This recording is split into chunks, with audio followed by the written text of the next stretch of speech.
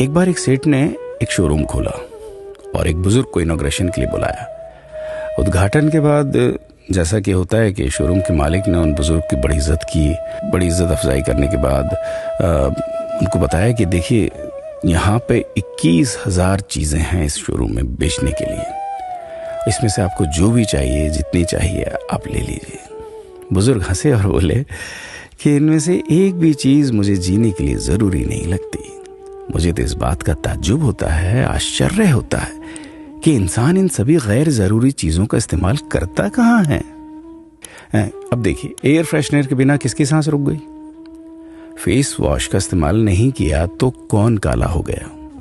Home theatre लाकर कितने लोग कलाकार बन गए? कंडीशनर से किसके बाल मुलायम और काले हुए हैं? अरे, जो डाइनिंग टेबल यूज करते हैं, क्या उनके घुटने नहीं दुखते?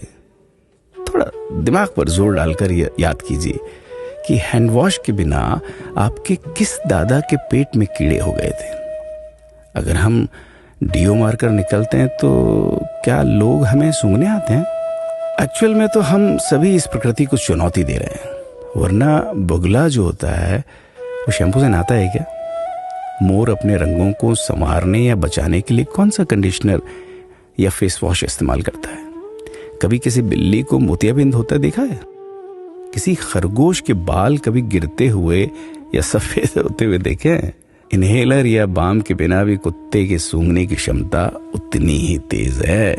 मधुमक्खी का शुगर लेवल बिना दवाई के भी कंट्रोल में ही है।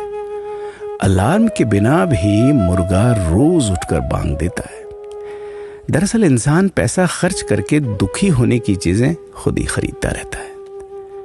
नेट बंद तो दुखी, लाइट जाए तो दुखी, मोबाइल का चार्जर खराब तो दुखी, केबल टीवी कट जाए तो दुखी, मच्छर मारने की दवाई ना मिले तो दुखी, महिलाओं को मेकअप ना मिले तो दुखी, मैचिंग कपड़े नहीं मिले तो दुखी।